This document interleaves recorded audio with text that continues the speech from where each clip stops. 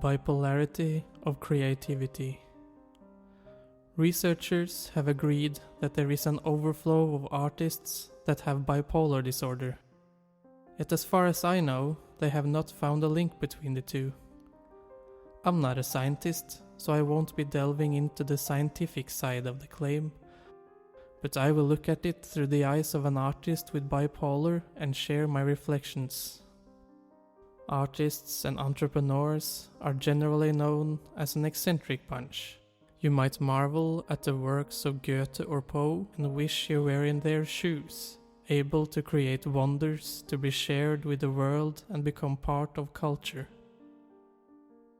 Yet, while their lives and works can be both entertaining and fulfilling, we forget that behind their adventurous facade might be a life of overstimulation and pain. It is undeniably a great tool for production and innovation to have the ability to maintain a constant flow of ideas, yet that flow might also become a certain cognitive noise that can be hard to control. To be truly innovative and original, you need to exist in that in-between realm of what is known and what is unknown. You open up your mind to the flux of ideas and associations in order to create something new and exciting. If not controlled correctly, that flow might become an overwhelming flood that can control you more than you control it.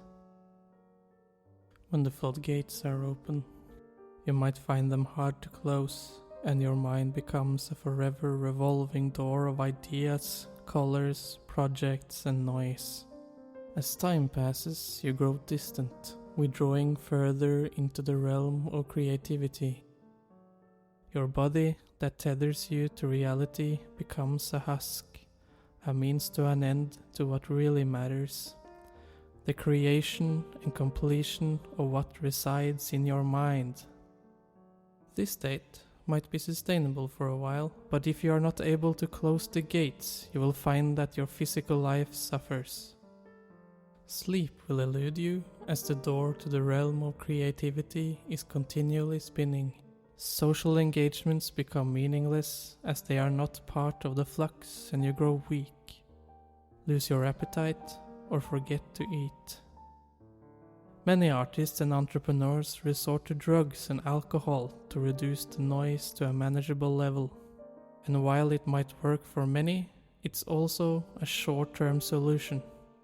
If not corrected, alcohol and drug-related problems may introduce themselves as well as increase the noise tenfold. So what is one supposed to do? How do you come to terms with this noise of creation?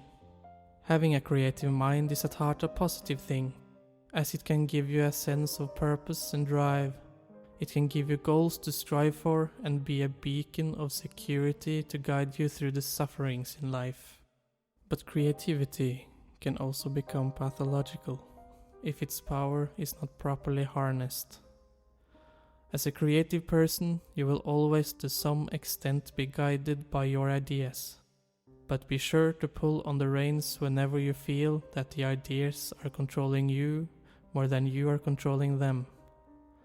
Even though you have a creative spur of the moment, remember that you are a human, not an idea. No one is served with you wandering for hours within abstractions, losing sleep, friends, or family. Creativity is one of the most potent and powerful things we have in life. But it's a double-edged sword. Wield it with wisdom, wield it with care.